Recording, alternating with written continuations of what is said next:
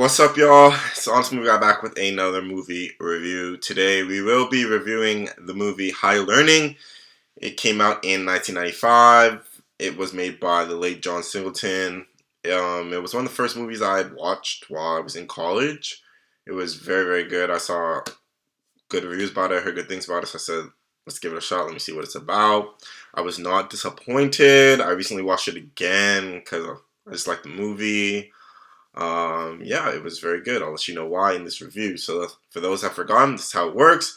First, I give you a synopsis of the movie, then I give you a spoiler-free review of the movie, and finally, I give you my honest rating and my honest recommendation.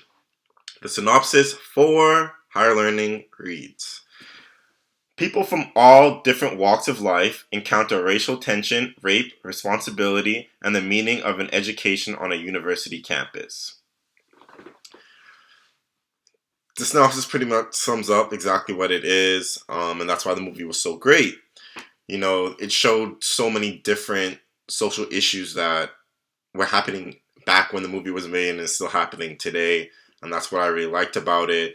You know, it showed how people deal with rape. Unfortunately, a lot of females are still getting raped to this day, so it was interesting to see that aspect of it. Then the film also showed, you know, racial tension between whites and blacks, how that develops, and how, you know, even today, you know, black people are still being treated, you know, differently because of how they look. And that was shown in the movie, like the cops that were all white treated the black people different and was treating the white people very good. So, you know, it was still very relevant to today.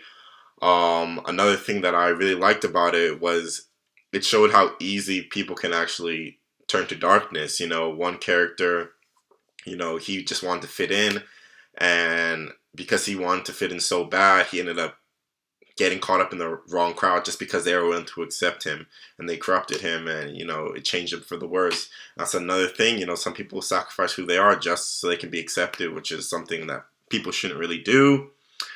And one thing I really liked is you kind of saw the change in the characters throughout the movie, like as they started to, you know, deal with different struggles, and, you know, they saw other people were treated, they started to realize that some of the biases they had they should let go, and you kind of see that progression from the start to the end. There's one scene at the start that shows one character's, you know, bias towards one race, and then at the end you see it completely change. So it was nice to see that growth.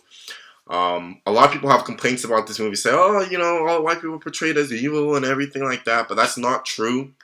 Yes, there are some that are portrayed like that, but they do, you know, I don't know how to put it, they are fair when it comes to, you know, calling out each race on their BS. For example, like I really liked how, you know, some of the black people in the movie had this mentality that they were owed something because they were treated bad as a black person, and that, you know, they're underprivileged and the system against them, and they have this chip that, you know, the world owed them something, when in reality, they don't owe you shit. The world doesn't owe you anything.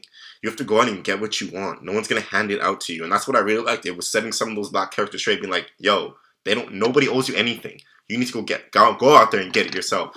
So I really like that. The cast was very good. The acting was great. Michael Rapport did an amazing job in his role. Ice Cube was great for his comedic relief, and, you know, kind of also providing that, you know, that wisdom as well. Omar Epps did a great job.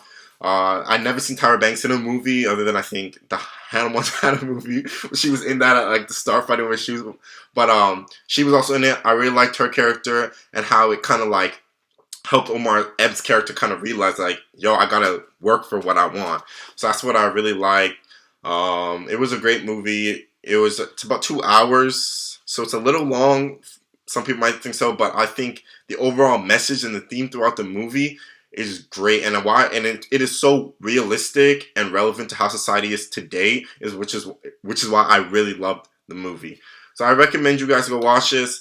This movie was given a 6.5 on IMDb. I'm going to give this movie about a 6.7, 6.8. A little higher. I do feel like some people are just hating on it because they feel like, you know, whites were portrayed in such a negative light and all this. But I don't really feel like it was that.